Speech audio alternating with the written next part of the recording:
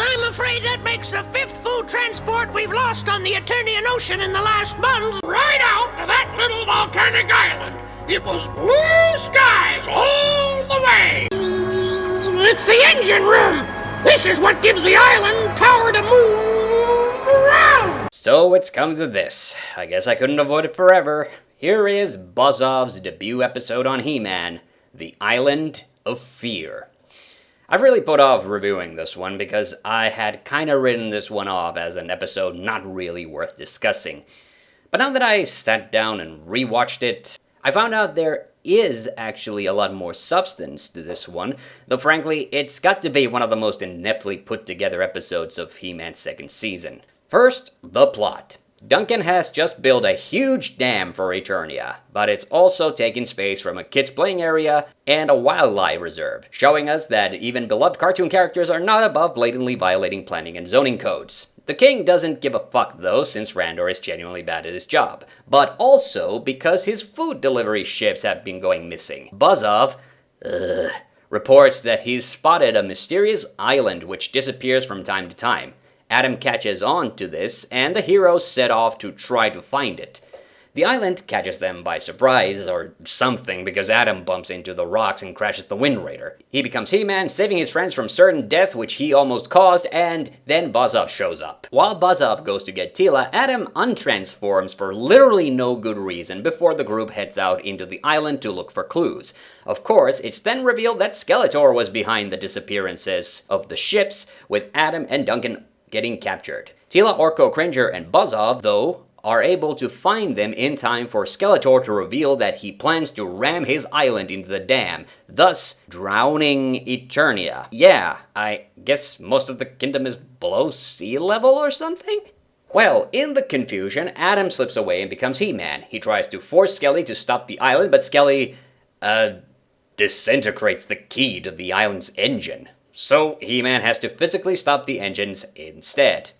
So the plot is pretty basic, and as this is an Antoni Zalewski script, you can probably guess it's not terribly great. But I'll give him a bit of credit that he actually tried to imbue some mystery into the story.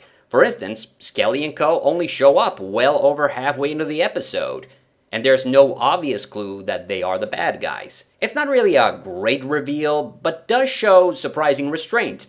Though I think I might have enjoyed the episode a bit more if Skelly had been in it right from the start. Now, one really funny final conclusion is how once the island has been stopped, King Randor decides to turn the island into a wildlife sanctuary as well as a kids' play park, thus solving his own complete lack of planning skills, and probably creating a wicked reality show format at the same time. Oh yeah, and again, Skelly was trying to conquer Eternia by stealing all the kingdom's food. They really fixated on that as a key problem on Eternia in Season 2. Like, is there a critical lack of arable soil on Eternia or something? Perhaps so, because Duncan actually praises Skelly's plan. I hate to say it, Adam, but this time Skeletor's plan seems pretty good. Yeah, no, Duncan, I disagree. So this episode is also the debut of not just Buzzov, but also Whiplash, and also a bunch of other weird writing tropes that appeared a lot during this time. One interesting tidbit is that we get a cutaway during He-Man's first transformation, something they did a lot in Season 2 when it wasn't practical to show him transforming. I kinda like it, but again, I'm completely baffled as to why Adam bothered to transform back into himself in the middle of the episode when they hadn't even caught the bad guys yet. In fact, surprisingly, the part of the episode that actually drives me batty the most is how nonchalant they are about Adam losing his sword, and you know how that might be a big clue about him being He-Man? Orko just keeps handling it so casually throughout the episode. And all of this really just begs a lot of unnecessary questions. It's almost like the writers were intentionally trying to point out during Season 2 how useless Adam's secret identity is, but Zalewski's way of handling it feels more than a little awkward. Speaking of a little awkward, the animation direction in this episode is actually a lot of awkward. Right from the intro scene, every action moment is just handled very poorly. I'm a bit stunned by this because while this is a relatively early Season 2 episode, it just sticks out like a sore thumb, especially all the stock animation usage. Not only that, but this episode just has a very awkward flow to it. It really does remind me of a season 1 episode in all the worst ways possible. Also, pointing to the writing again, Zalewski wrote some really bad dialogue, though I think some of the scenes play awkwardly also partly because of the direction. This place is fantastic! I particularly hate the scene where Merman and Whiplash are brown-nosing to Skelly and get into an argument over it. It just feels very childish. And also, Tila shows very little concern for Cringer, or more like a weird shift in focus while talking about him. Poor Cringer. But first we have to find out what happened to Adam and Duncan. I didn't remember Tila having ADD, but okay. Now, with all of this, you might have noticed that I haven't really even stopped to discuss Buzz-Off, and don't get me wrong, I do dislike him, but surprisingly, he's not in this episode nearly as much as you'd think. I mean, just about as much as Stratos is in most episodes. Therefore, apart from that initial dialogue scene where he's introduced, he's actually not in the episode enough to really grind my gears. Well, except for this part. It's the engine room!